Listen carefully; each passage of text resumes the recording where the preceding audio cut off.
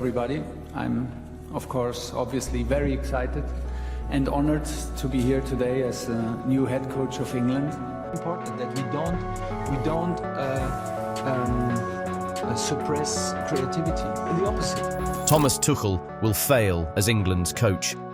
At least this is what some people are predicting. Tuchel got fired in 4 of his last coaching positions without lasting long, and many believe he will not last long as England's coach. Others believe Tuchel is the X factor that England need to finally win the FIFA World Cup for the second time in their 150-year history. Will Tuchel succeed in England, or will his appointment be a failure? Why Tuchel anyway? Why did England hire the man who has been sacked 4 times in his last 4 jobs? For the most part of their history, England have looked within their own nation for a national team coach. However, in the pursuit of glory, they have pursued some of the finest coaching talents in football. They hired Sven-Göran Eriksson and Fabio Capello at the peak of their coaching powers. Sven-Göran was an incredible coach who won the 1981-82 UEFA Cup, now known as the UEFA Europa League, with IFK Göteborg. He won 2 league titles with Benfica in a row and also achieved success in Italy. You get the picture now? Sven-Göran was immensely successful and heads and shoulders above his peers. His mission in England was simple when they hired him. He was supposed to bring in a major trophy. He led England to the quarter-finals of the 2002 World Cup, the 2004 Euro and the 2006 World Cup. He managed 67 games for England, winning 40 times, drawing 17, and only losing 10 times with a 59.7% win percentage. He was decent for England, but he could have been more if he wasn't so stubborn with the same set of players over and over. Capello, like Sven-Göran, was a winner, and it was his track record that earned him the England job. He won the UEFA Champions League with Milan and multiple titles in Spain and Italy. I have no trophies, cups, nothing. The style of his teams relied on discipline and defence, and it seemed great for England considering their defensive talents. He did well as a manager and had a 66.7 win percentage after managing 42 games. Unfortunately, his team didn't win when it mattered. He led England to the last 16 at the 2010 World Cup and qualified for Euro 2012. Very important for us to beat Wales. It was important for 3 points. Now we got 6 points more. He wasn't a fond figure for the players as they felt disrespected under his reign. With those experiences hiring experienced and incredible foreign coaches, England continued to hire coaches from their country, but nothing seemed to work until Southgate came along. Please remember to like this video and subscribe to the Football Pit for more exciting football content. Southgate revamped England. They had a team full of incredible talents. A new golden generation. Southgate squashed problems that were in the team, and England looked like they were going to win something. They reached the semi-finals of the 2018 World Cup, and with that kind of beginning under Southgate, the English FA were eager for him to continue. He rewarded their trust in him by leading the team to the 2020 Euro final, and followed it up with the 2022 World Cup quarter-finals and the 2024 Euro final again. All this while having around a 60% win percentage. As great as Southgate's achievements were for England, things weren't looking so well for the team. They weren't playing so well, and they were helped by easy fixtures. Experiences with England can be positive. Players who were key for their clubs were struggling, and the conservative approach to easily winnable games turned England's fans against him. And he resigned. Enter Tuchel with one responsibility: win the World Cup. That's the only thing he can surpass Southgate with, and the only thing that the FA want. England hired Tuchel for his capacity to win, but is he really a winner? The German began his coaching early with Mainz, and at Mainz he wasn't so crazy about results. Well, to be fair, Mainz were a team with little resources, and their target was more to stay afloat in the Bundesliga and not get relegated. Tuchel, who was just a new manager too, wasn't so concerned about results, but if we look closely, maybe he was. Tuchel's major concern at the time was his players learning how he wanted them to play, even if it was crazy and experimental. Still, they loved him. He made things easier for them with his instructions and created conditions that allowed each player to thrive. In return, Mainz did extremely well by their standards and got consecutive top 10 Bundesliga finishes. Will he be experimental with England's squad too? It'll be interesting to see. Maybe this is one of the reasons England hired him. They need someone to get the best out of their players and who would be daring. Julian Nagelsmann experimented with Germany's squad when he became coach, and it did yield some interesting results. England are a massively talented squad, and Tuchel has many players he can decide to experiment with. I'm a bit nervous. It's a big day, of course, to be announced as English head coach, and I'm honored. I think it's a big privilege for me. Tuchel began to evolve as a coach when he went to Borussia Dortmund. Although becoming Dortmund's coach after such a legendary figure like Jurgen Klopp will always be a recipe for disaster.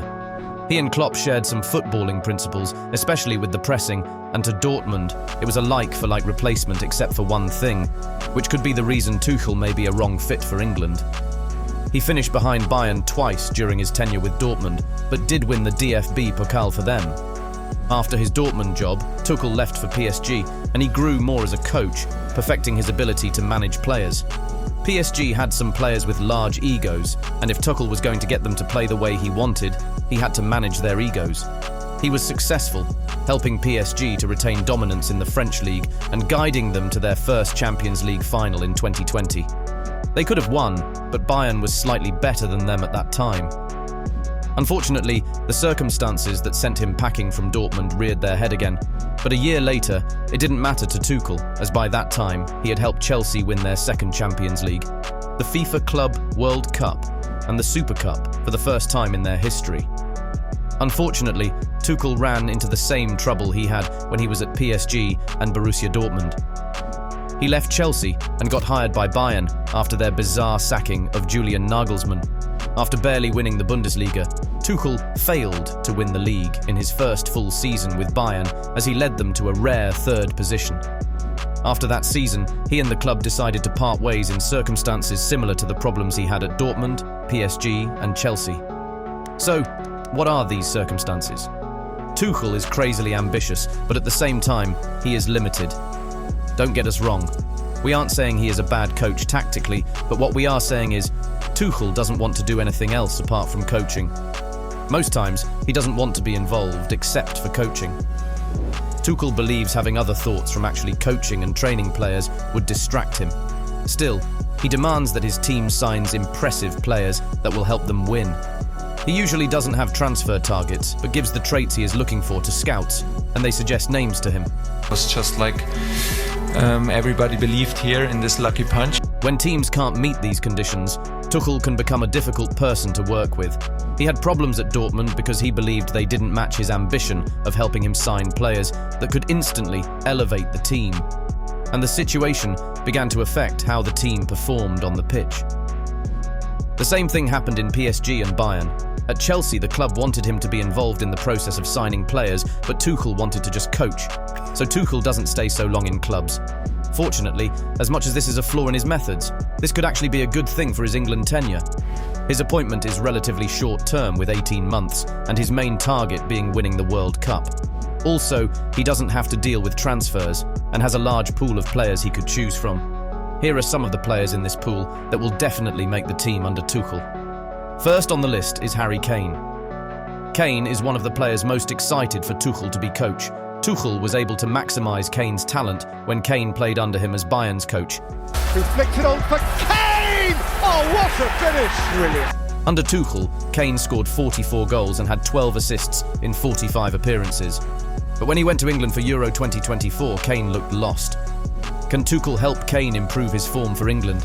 He has to, if England are serious about winning the World Cup. Tuchel's system fits Kane, since it requires strikers to drop deep. But the question is, will Tuchel retain his playbook for England, or will he draw out a new one?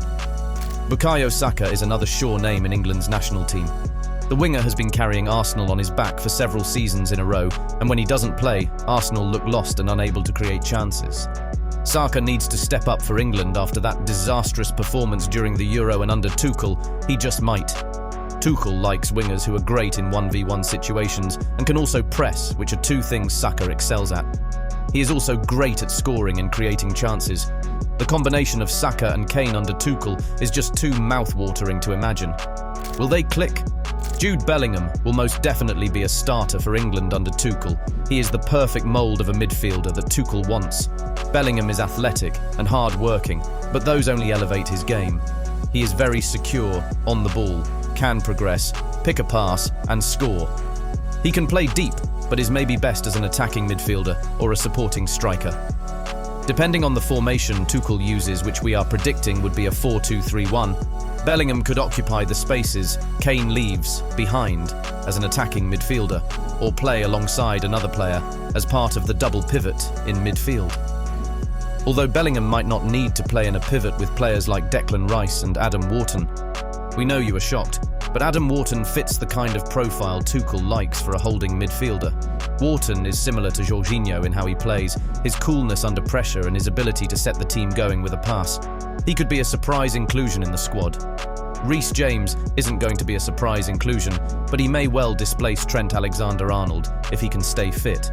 Arnold's real strengths lie in the offensive phase and can be suspect in the defensive phase. James is good at both, and that balance is what the team needs. John Stones and Mark Guehi also offer similar balance, but Stones could find himself playing second fiddle to Levi Colwill, who is enjoying an incredible season for Chelsea currently. Or what do you think? For the left-back position, England will likely shift away from their insistence on Luke Shaw if he can't stay fit, while we can't confidently predict who will likely be making those positions for the team. Tyrick Mitchell and Lewis Hall could find themselves in the team going forward. The two of them are balanced and have been quietly gaining experience. Will England have more wildcard inclusions? This could pay off for them soon. Unfortunately, some players could see their time with England come to an end. One of them is Kyle Walker. Walker is past his form, and his explosive pace that makes him stand out is evading him. With players like James and Trent, starting Walker or him making the squad is no longer assured. The same goes for Jordan Pickford. Tuchel likes goalkeepers who can use their feet, and Pickford just isn't that guy. England could see Aaron Ramsdale or Dean Henderson, who both excel with their feet, become their new top-choice goalie. Who would make the starting lineup along the two? Tuchel could be good for England. He has about a 60% win rate in the clubs he has managed, which shows he is the type of coach that prioritizes winning. The question is, will he be able to succeed where other foreign coaches have come up short and fully maximize the talent at his disposal to actually win silverware? Will his signing be a masterstroke or one of regrets? Let us know what you think in the comments section. Don't forget to smash that like button and subscribe to this channel for more.